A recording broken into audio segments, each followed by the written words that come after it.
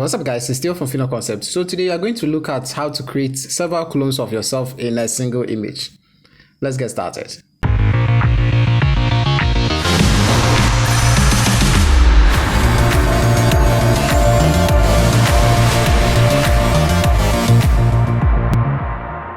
Alright, so if I go into my Windows File Explorer, you can see I have a bunch of images in here. This is one, another, and another.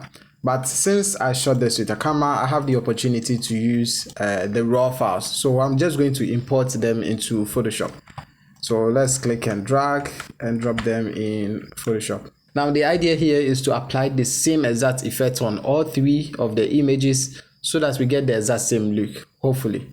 So I'm going to select all three from here so that any effect I apply on the single one is going to apply on all three. So if you have a preset, you can go ahead and add it in there. But unfortunately, I deleted mine, completely forgot.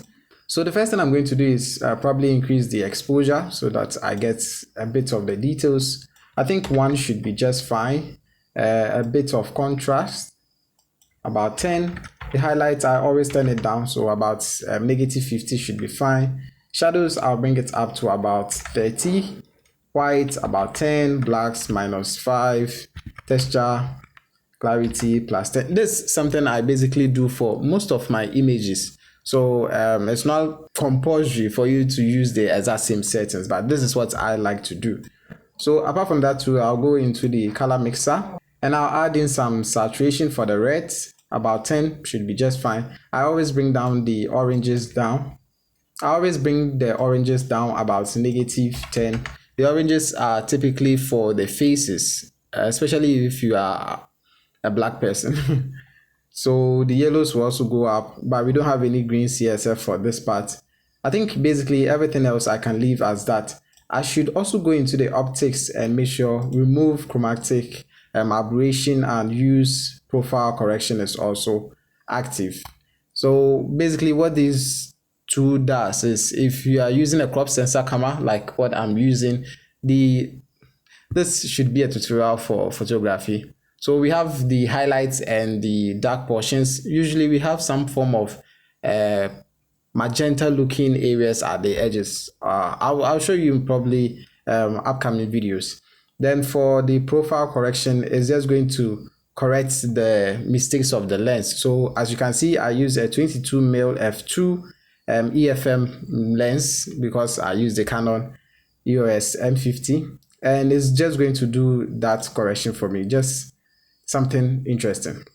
So once I'm done with all three of them selected, I think the light is a bit too much, so let's make it let's make it 0.8 rather. So I'll just click on open so that I can open all three images for me. Now, if you're interested in photography or stuff related to that, then it will be best to subscribe to the Theolabi channel so that you can get more insights. Here is more of just tutorials. So we have all three images in here. And what I'm going to do is drag and drop all three onto one particular image. So let's see, I have to get one to be the main. I think this one should be the main. So what I'll do is I'll select this particular image. So Control A is going to highlight everything. Control X will cut it out of this workspace. I can move over here, then paste it in there using Control V. Awesome. Then I'll do the exact same thing. If you don't want that, you can just use the rectangular marquee tool, create a selection. Make sure it's covering the entire place. Then you can right click, go to layer via cut. Then after, you grab the move tool, click and drag over here. This work will open up and paste it in here like so. But I feel that is a bit too much, so I'll rather just Control A, Control X and paste it in here. Now let me go ahead and close these other documents because I don't need them anymore. So if we select these two layers and turn down the opacity, you can see that we have all three images in here like so. Now this is what we are going to work with. So let's turn off the eyeballs and work with them one after the other. I'm going to select this red hoodie kind of look.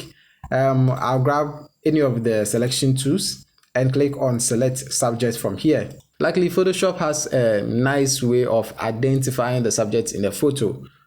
For some reason, it works quite neatly. But if you don't have it, you know what? So once I have my selection, right click and go to layer via copy. As I was saying, if you don't have it, basically what I used to do was grab the pen tool, then I'll zoom in and start creating a selection around my subject like so.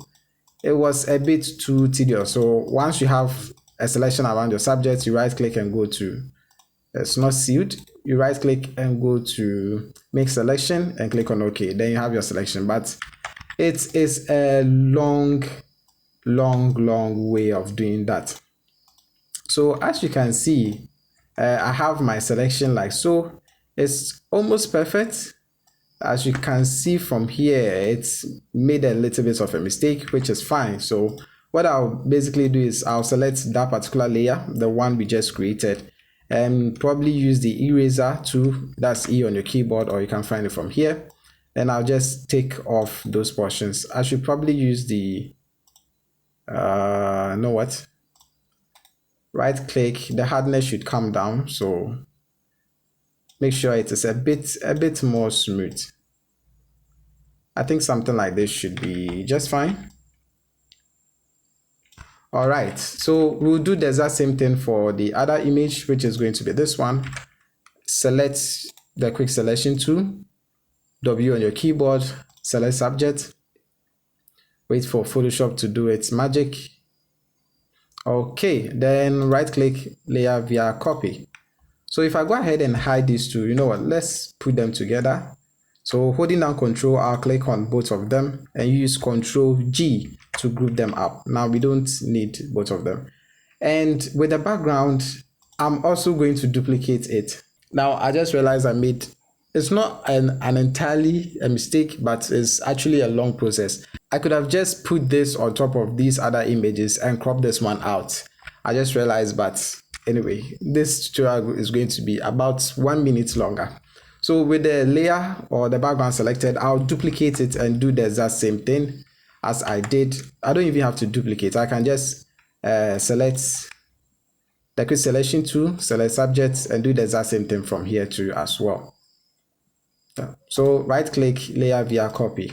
Now what we are going to do is put both of these images, so the red hoodie and the blue hoodie should be behind the bigger one. The bigger one is much closer to the lens, so that is going to be our main subject. So it's more or less like this.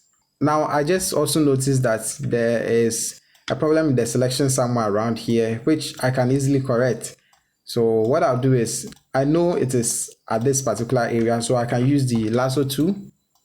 You can recreate the selection if you want, but I prefer using the lasso tool. I'll create a selection around that particular area where I see there's a mistake. Go into the actual image, which is the lower one. Right click and go to layer via copy. And I'll bring that copy on top. So it's going to fill out those areas. And I'll just merge these two up. So right click, go to merge layers. I'm used to using the shortkeys, which is Control E. So sometimes I do forget where the actual things are. And as you can see from here to the selection wasn't that good. So like I said, I can just use the eraser tool to take out the portions I don't need. Run hardness should come down. Now trust me, if I had enough time to do this, I would have. But I just realized I'm not putting out as many tutorials as I used to, so I quickly grabbed the camera, let someone take pictures of me just for this tutorial. So the next time I have more time on my hands, I'm going to give you a better tutorial than this one. So once we have everything selected so far, I'm going to work with the, you know what, let's call this top image. So I'll go into FX, click on drop shadow, just to create some shadow around the area so that the images behind it can also fall on it. And it doesn't look like they are just standing there doing nothing. So I'll go with an angle of about 90 degrees, which I already have that. And also work with the distance. Sorry about that. and also increase the size to about 50% should be just fine. I'm going ahead to pull this down a little bit and click on OK. So this is with and without the drop shadow.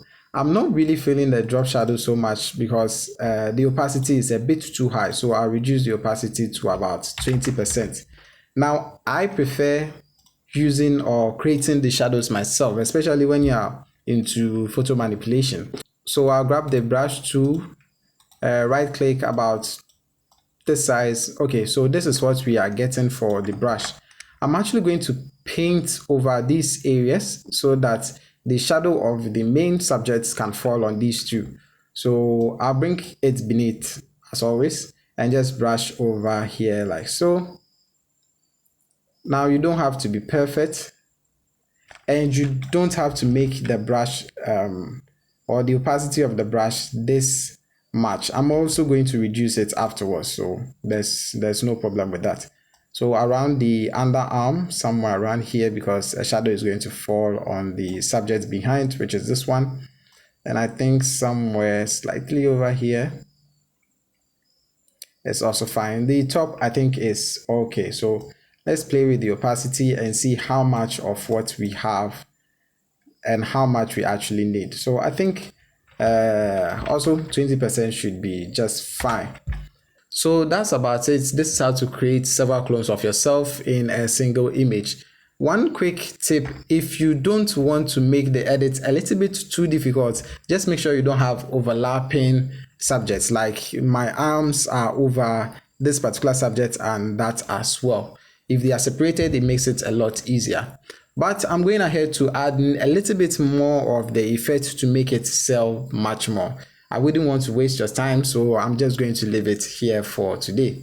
Thank you guys for watching. If you like this video, please give it a thumbs up. If you'd like to watch more of our videos, hit that subscribe button, and as always, don't forget to share with your family and friends. This is Theo from Infinite Concept, and I'll talk to you guys in the next one.